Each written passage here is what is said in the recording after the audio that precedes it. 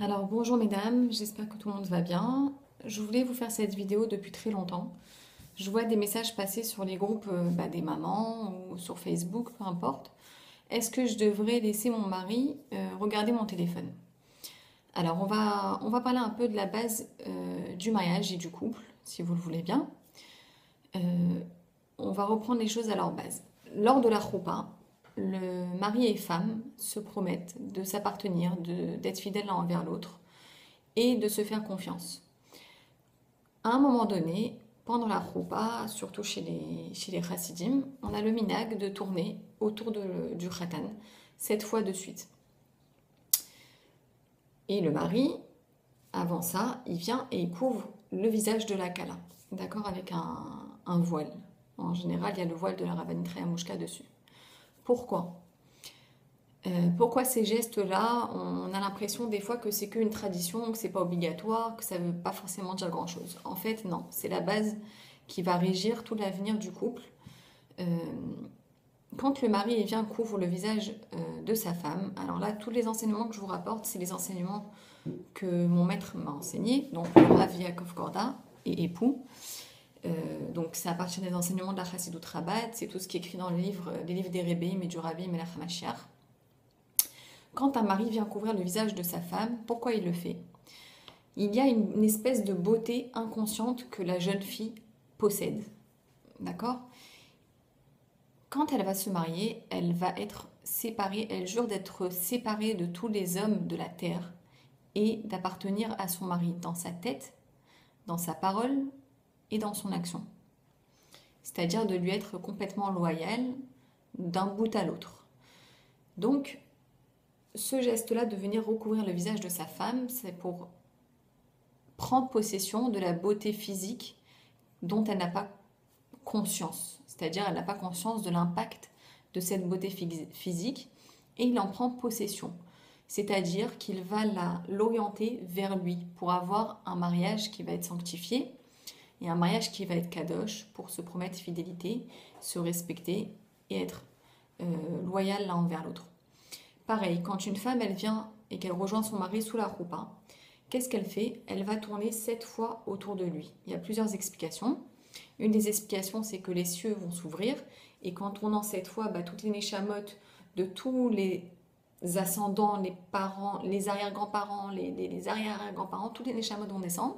Et aussi les neshamot à venir, c'est-à-dire des enfants, des arrière-petits-enfants, etc. Des neshamot qui vont venir dans cette maison, dans ce foyer. Et une autre explication qu'on connaît un peu moins, donc il y a aussi les neshamot de tous les rebbeim, de tous les tzadikim qui participent à la choupa, d'où cette espèce de tension qu'on ressent, c'est un moment très, très langoureux, très, très profond. Et il y a aussi une autre explication, c'est que la femme, quand elle tourne autour de son mari, elle fait une espèce de rempart autour de lui, donc comme une espèce de muraille autour de lui. Qu'est-ce qu'elle signifie cette muraille?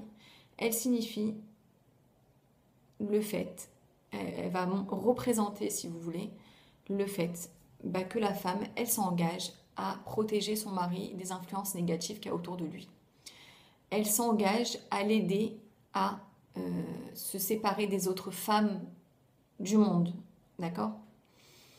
Donc, sachez, mesdames, que quand les premiers Android et iPhone sont sortis dans le monde, il y a eu un psaque qui a été fait par les rabbanés Chabad en particulier. Donc, il y a d'autres rabbanés dans le monde orthodoxe qui ont choisi de garder le téléphone cachère, d'accord, de continuer dans le chemin un peu classique, on va dire, qui ont strictement interdit les téléphones pas cachères, donc les Android, les iPhones, etc.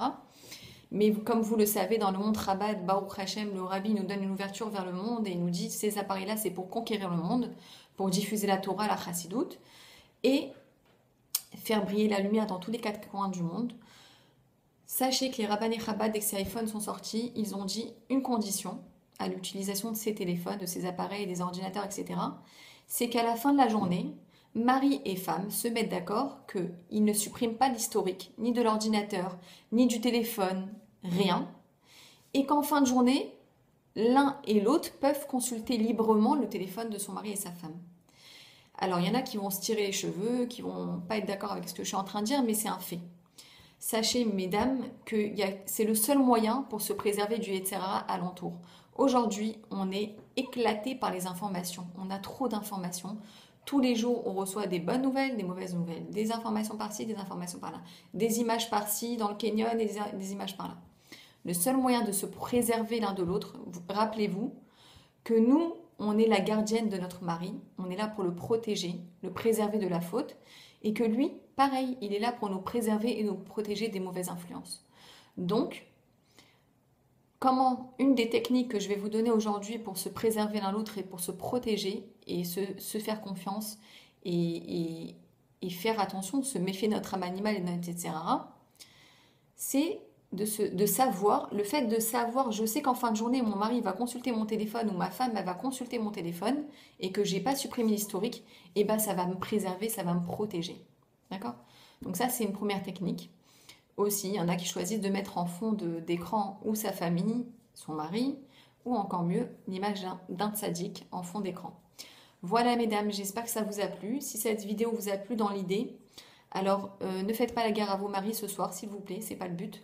Le but, c'est d'établir ce dialogue déjà avec votre mari, de parler de l'idée, qui est un conseil donné par les Rabbanei Chabad, des Retz HaKodesh en tout cas, et c'est une technique pour se protéger de toutes ces informations qui nous explosent la tête du matin jusqu'au soir. Voilà, si vous avez aimé l'idée, partagez cette vidéo, abonnez-vous à la chaîne et j'espère vous retrouver très vite dans une nouvelle vidéo pour partager d'autres idées, d'autres bonnes choses pour améliorer la vie de tous les jours et le quotidien d'une femme juive. Voilà.